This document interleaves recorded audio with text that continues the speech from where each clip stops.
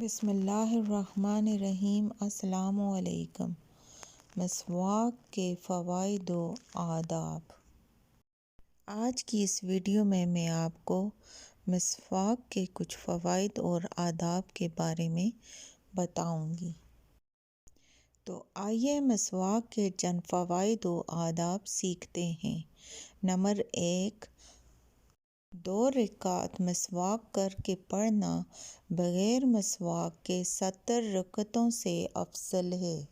Number 2، مسواک کا استعمال اپنے لیے لازم کر لو کیونکہ یہ منہ کی صفائی اور رب تعالیٰ کی رضا کا سبب ہے۔ مسواک کا تیسرا بڑا فائدہ، حضرت سیدنا ابن عباس رضی اللہ عنہ سے روایت ہے کہ مسواک میں 10 خوبیاں ہیں۔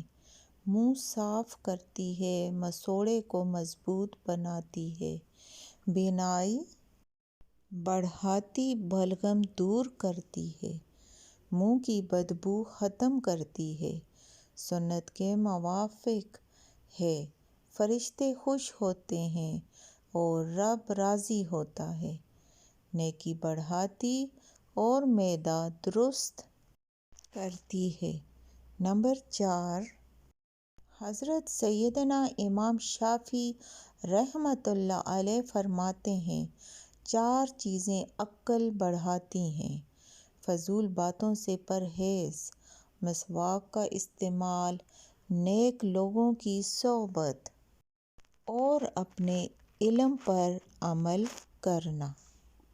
مسواک کا 5واں فائدہ، ہو سکے تو اپنے کرتے میں سینے پر دائیں بائیں 2 جیب بنوائیے اور دل کی جانب یعنی لیفٹ سائڈ والی جیب کے برابر میں مسواک رکھنے کے لیے ایک چھوٹی سی جیب بنوا لیجیے۔ یوں پیارے نبی کریم کی پیاری پیاری سنت مسواک شریف گویا سینے اور دل سے لگی رہے گی۔ مسواک کو کھڑا کر کے رکھنا سنت ہے۔ مسواک کا 6واں فائدہ، اگر مسواک کو کھڑا نہیں کرتے، یوں ہی نیچے گرا دیتے ہیں تو ایسا کرنے والوں کے لیے جنون یعنی پاگل پن کا خطرہ ہے۔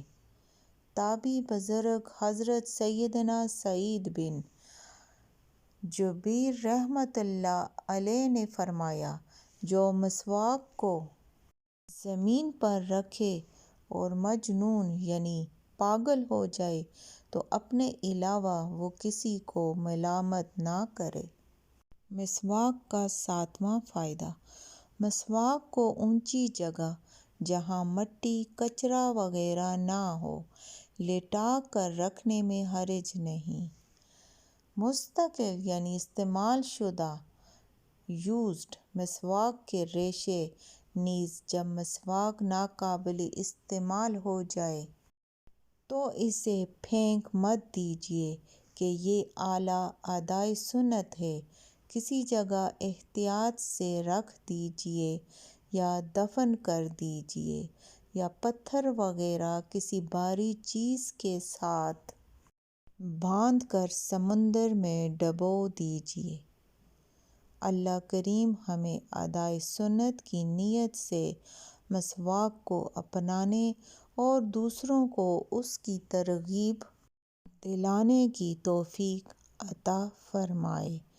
آمین ثم آمین۔